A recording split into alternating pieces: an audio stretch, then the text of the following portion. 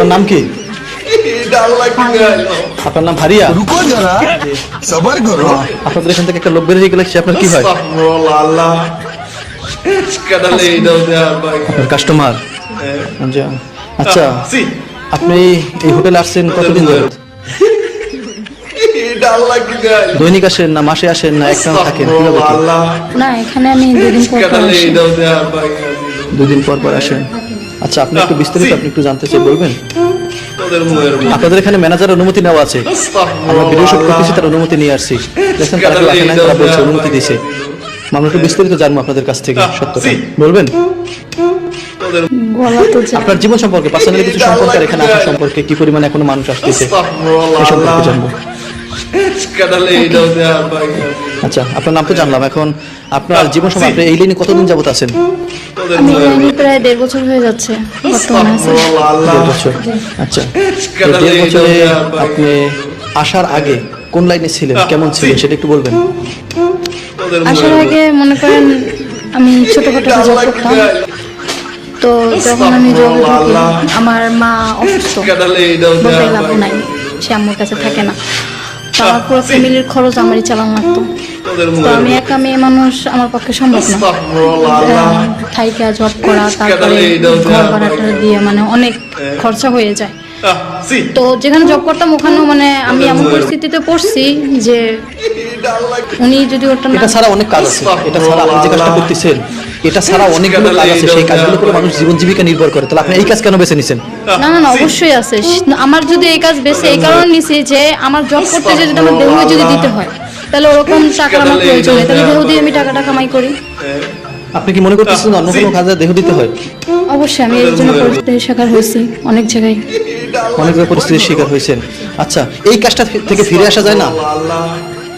আমার মনে হয় না যে আমি এই কাজ থেকে আর ফিরতে পারবো।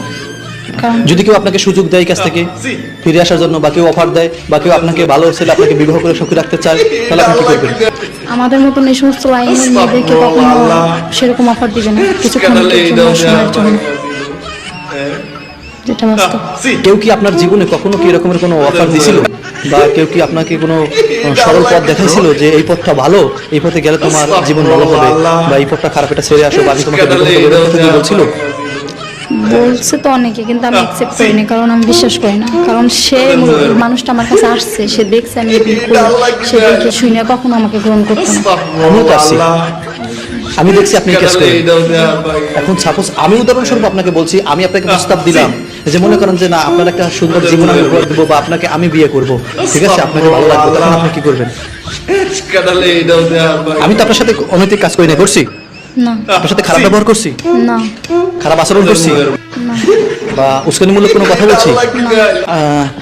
ভাইজান, একটু সমস্যার কারণে অর্থ মূলত এই হোটেলের নাম বলা যাচ্ছে না, কারণ সবাই পার্সোনাল একটা ব্যাপার আছে, বা আমরা যেহেতু তাদের আমাদের অনুমতি দিয়েছে, আসলে ঢাকা সিটি সহ বিভিন্ন এলাকায় এরকমের অনুমতি দিয়ে থাকে, তাই মানে এই কাজ করার জন্য। কিন্তু সবাই সব জায়গায় ভিডিও করতে পারে না, আমরা অনেক কথা বলার পরে তারপর সে অনুমতি দিয়েছে, কিন্তু তার হোটেলের নাম সহ তার আশেপাশের এরিয়াগুলো সবগুলো তুলে ধরা যাবে না, জাস্ট দুই একটা মেয়ের সাথে সাক্ষাৎকার নেওয়া যাবে।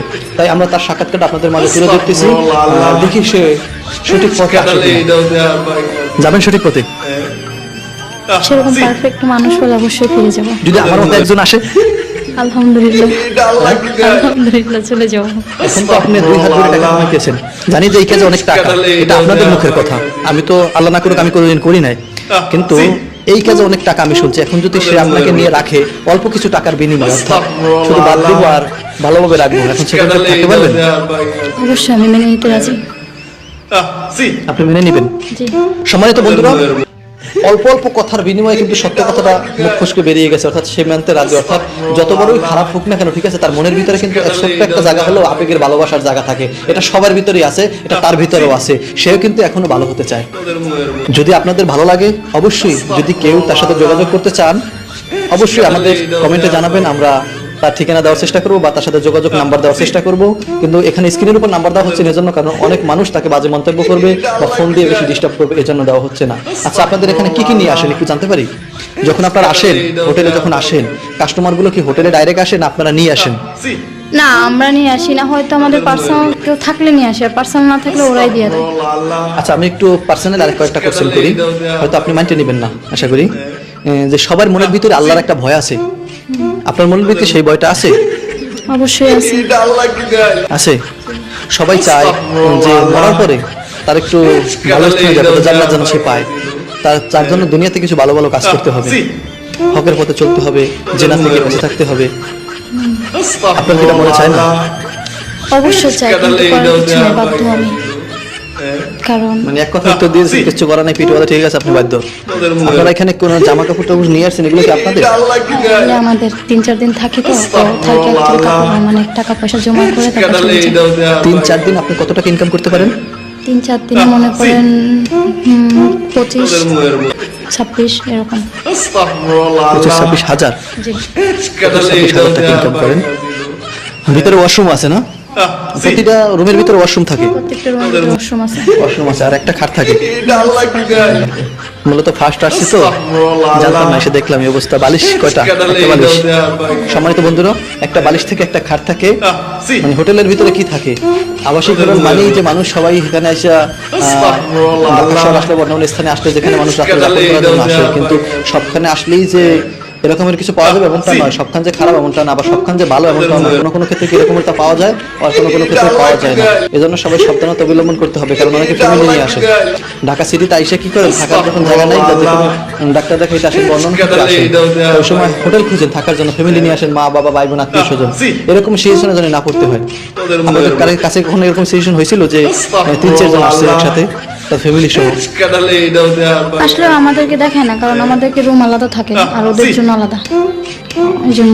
হোটেলের ভিতর বাক বাক রুম আছে, যারা রাত্রে যাপন করে ভালো মানুষ হিসাবে তাদের জন্য রুম আলাদা, আর যারা এই কাজ করে তাদের জন্য রুম আলাদা। তার মানে আপনার জন্য রুম আলাদা। হোটেলের মালিককে কি আপনাদের টাকা দিতে হয় কি পরিমাণ? আমরা টাকা দিই হয় কি, আমাদের গাইড থেকে তারা 300 করে কাইটে নেয়, প্রত্যেকটা কাজে 300 করে তারা কাইটে নেয়। প্রতিটা